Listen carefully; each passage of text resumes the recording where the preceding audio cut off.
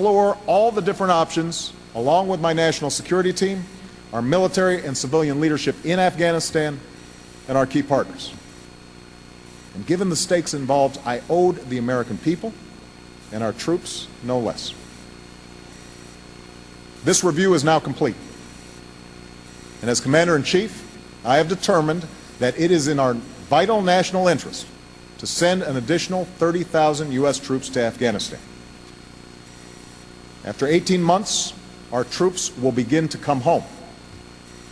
These are the resources that we need to seize the initiative while building the Afghan capacity that can allow for a responsible transition of our forces out of Afghanistan. I do not make this decision lightly. I opposed the war in Iraq precisely because I believe that we must exercise restraint in the use of military force and always consider the long-term consequences of our actions. We have been at war now for 8 years, at enormous cost in lives and resources. Years of debate over Iraq and terrorism have left our unity on national security issues in tatters and created a highly polarized and partisan backdrop for this effort. And having just experienced the worst economic crisis since the Great Depression, the American people are understandably focused on rebuilding our economy and putting people to work here at home. Most of all, I know that this decision asks even more of you, a military that, along with your families, has already borne the heaviest of all burdens. As President, I have signed a letter of condolence to the family of each American who gives their life in these wars. I have read the letters from the parents and spouses of those who deployed. I visited our courageous wounded warriors at Walter Reed. I've traveled to Dover to meet the flag-draped caskets of 18 Americans returning home to their final resting place.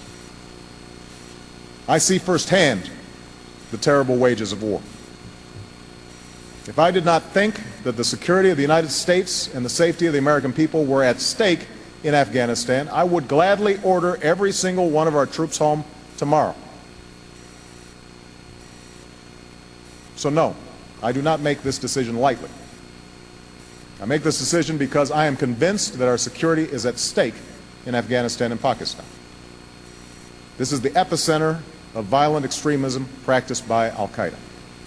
It is from here that we were attacked on 9/11, and it is from here that new attacks are being plotted as I speak. This is no idle danger, no hypothetical threat. In the last few months alone, we have apprehended extremists within our borders who were sent here from the border region of Afghanistan and Pakistan to commit new acts of terror. And this danger will only grow if the region slides backwards, and Al-Qaeda can operate with impunity. We must keep the pressure on Al-Qaeda, and to do that, we must increase the stability and capacity of our partners in the region. Of course, this burden is not ours alone to bear. This is not just America's war. Since 9/11, Al-Qaeda's safe havens have been the source of attacks against London and Amman and Bali. The people and governments of both Afghanistan and Pakistan are in danger. And the stakes are even higher within a nuclear-armed Pakistan because we know that Al-Qaeda and other extremists seek nuclear weapons, and we have every reason to believe that they would use them. These facts compel us to act along with our friends and allies. Our overarching goal remains the same: to disrupt, dismantle, and defeat Al-Qaeda in Afghanistan and Pakistan, and to prevent its capacity to threaten America and our allies in the future. To meet that goal, we will pursue the following objectives within Afghanistan. We must deny Al-Qaeda a safe haven. We must reverse the Taliban's momentum and deny it the ability to overthrow the government. And we must strengthen the capacity of Afghanistan's security forces and government so that they can take lead responsibility for Afghanistan's future. We will meet these objectives in 3 ways. First, we will pursue a military strategy that will break the Taliban's momentum and increase Afghanistan's capacity over the next 18 months.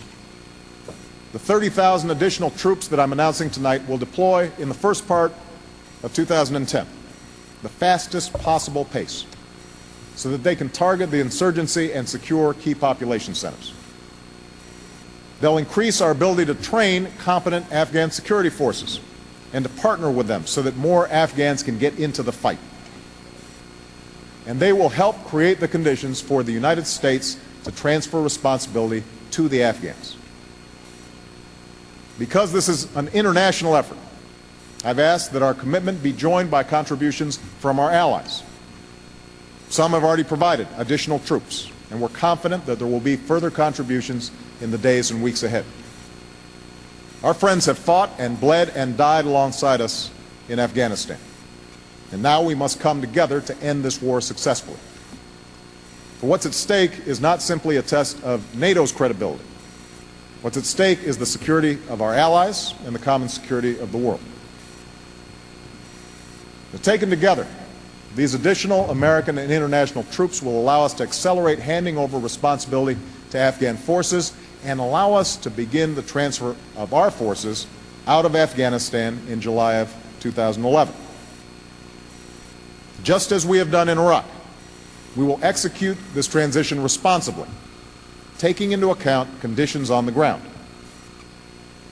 We'll continue to advise and assist Afghanistan's security forces to ensure that they can succeed over the long haul. But it will be clear to the Afghan government, and more importantly to the Afghan people, that they will ultimately be responsible for their own country.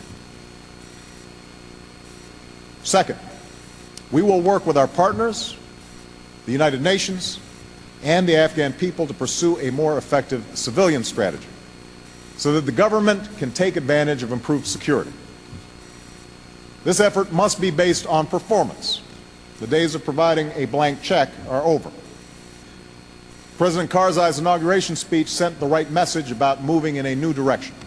And going forward, we will be clear about what we expect from those who receive our assistance. We'll support Afghan ministries, governors, and local leaders that combat corruption and deliver for the people. We expect those who are ineffective or corrupt to be held accountable.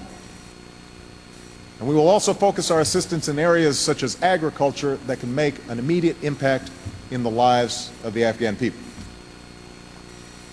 Now, the people of Afghanistan have endured violence for decades.